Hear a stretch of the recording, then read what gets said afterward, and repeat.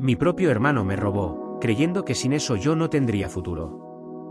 La frase se clavó en mi mente como una astilla de hielo, congelando no solo mi sangre, sino también la fe que había depositado en la persona más cercana a mí. Mateo, mi hermano mayor por solo 2 años, siempre había sido la sombra ruidosa y ambiciosa de mi propia existencia más tranquila y reflexiva. Yo era el soñador, el meticuloso planificador, el ejecutor impulsivo que siempre estaba convencido de tener la fórmula infalible para el éxito, sin importar los medios. El objeto de su codicia no fue una herencia vasta ni una mina de oro recién descubierta. Fue algo mucho más íntimo y frágil, el capital inicial que mis padres, con enorme sacrificio, habían ahorrado y me habían entregado para abrir mi propio taller de restauración de instrumentos musicales antiguos, mi pasión y mi proyecto de vida. Cada céntimo representaba años de estudios, incontables horas de práctica, la promesa de un futuro ligado a lo que amaba.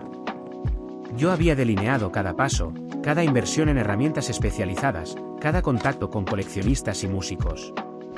Era un plan sólido, lento quizás, pero seguro.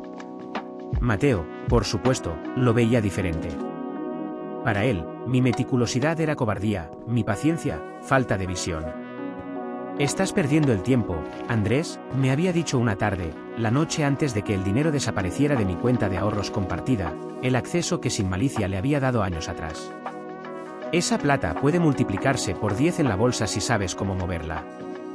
Tú eres bueno con tus manitas, pero te falta la garra para los negocios, para el verdadero triunfo». Y así, una mañana, el futuro que había construido en mi mente, pieza a pieza, se desmoronó. La cuenta estaba vacía. No había explicación, no había nota, solo un silencio ensordecedor que clamaba por la verdad. Cuando lo confronté, Mateo ya estaba a kilómetros de distancia, su voz en el teléfono teñida de una falsa compasión. «Lo hice por tu bien, hermanito. Estabas a punto de enterrar ese dinero en una quimera. Yo sí sé cómo triunfar. Te devolveré el doble, ya lo verás. Vas a agradecérmelo». Sus palabras, pronunciadas con una seguridad tan aplastante como la roca que acababa de caer sobre mí, no ofrecían consuelo. Solo encendían una ira fría, desconocida hasta entonces. Me había despojado no solo del dinero, sino de la confianza, de la inocencia, de la idea de que mi propia carne y sangre nunca me harían daño. Me había dejado con un abismo de incredulidad y un taller vacío salvo por mis sueños rotos y el eco de sus promesas vanas. El primer mes fue un infierno. La vergüenza me consumía. ¿Cómo les diría a mis padres? ¿Cómo miraría a mis amigos? Me sentí un fracasado, un ingenuo. Mis padres, al enterarse, se sumieron en una tristeza profunda, no tanto por el dinero, sino por la fractura en nuestra familia. Ellos contactaron a Mateo, pero él se había esfumado, dejando solo una estela de promesas vacías y la certeza de que había usado el dinero para un esquema de inversión de alto riesgo, una de sus muchas oportunidades de oro.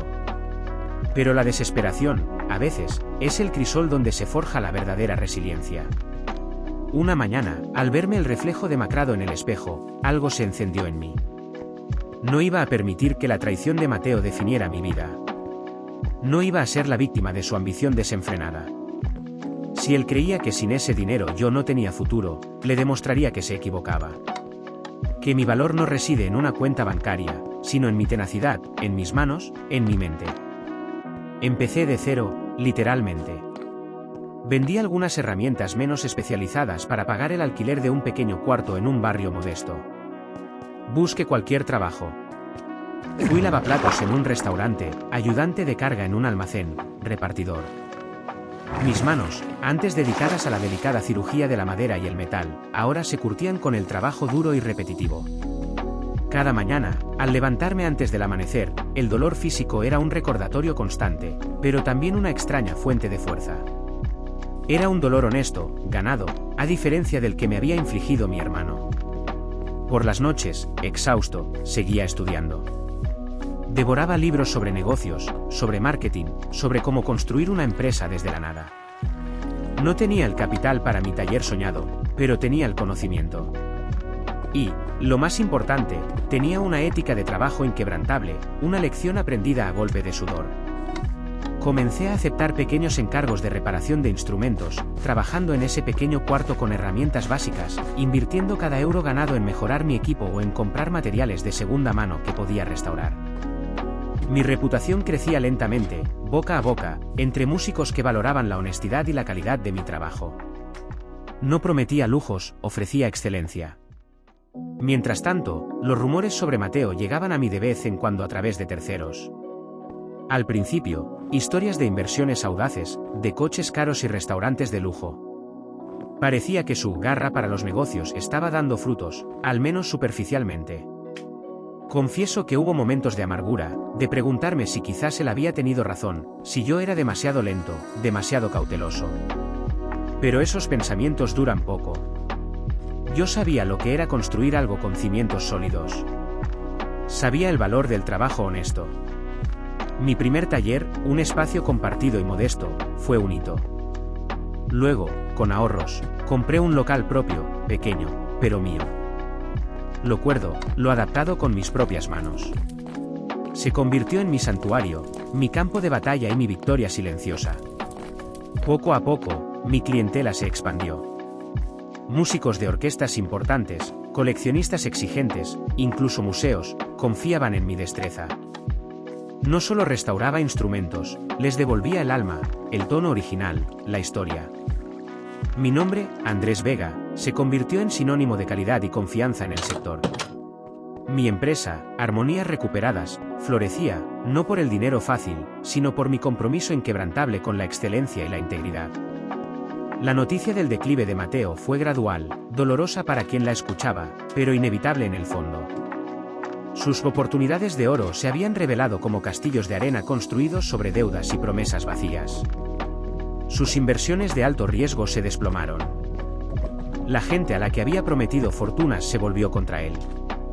Perdió todo, y más. Las historias eran de avaricia, de proyectos fantasma, de gente estafada.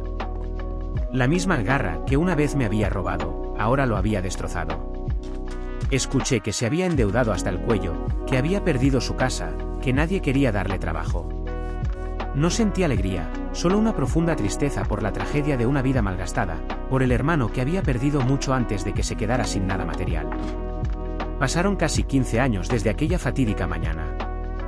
Mi taller era ahora una empresa reconocida internacionalmente, con un equipo de artesanos dedicados y aprendices entusiastas.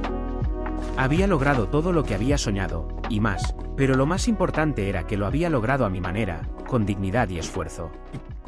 Mi vida era plena, no solo por el éxito profesional, sino por los valores que la sustentaban, la honestidad, la perseverancia, la compasión.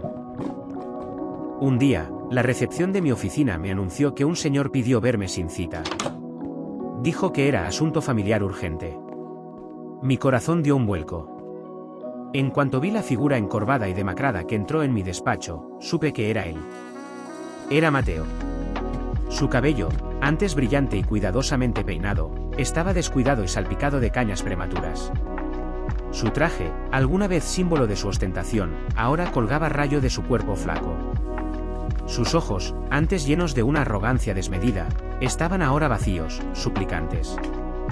La imagen de aquel joven altivo que creía saber cómo triunfar había sido borrada por el tiempo y el fracaso.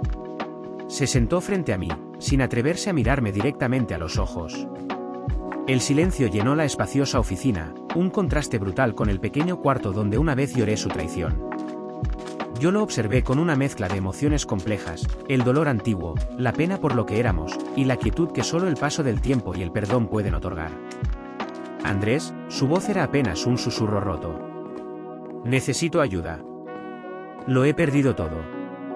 No tengo dónde ir, no tengo un centavo. Nadie me da trabajo. No hubo excusas, no hubo justificaciones, solo una cruda y desesperada admisión de su derrota. Parte de mí quería desatar la rabia contenida por años, gritarle el daño que me había hecho, recordarle sus palabras arrogantes. Pero mi corazón, forjado en la adversidad, ya no guardaba rencor. La dignidad que había construido sobre las ruinas de su traición me impidió caer en la mezquindad de la venganza. ¿Qué necesitas, Mateo?, preguntó con voz tranquila, sin rastro de burla o triunfo, solo la calma de quien ha superado su dolor. Él levantó la vista, sus ojos llenos de vergüenza. Lo que sea. Un trabajo, dinero para empezar de nuevo. Tú lo tienes todo ahora. Puedes hacerlo. Siempre supiste que yo era el que sabía cómo triunfar, pero me equivoqué en todo.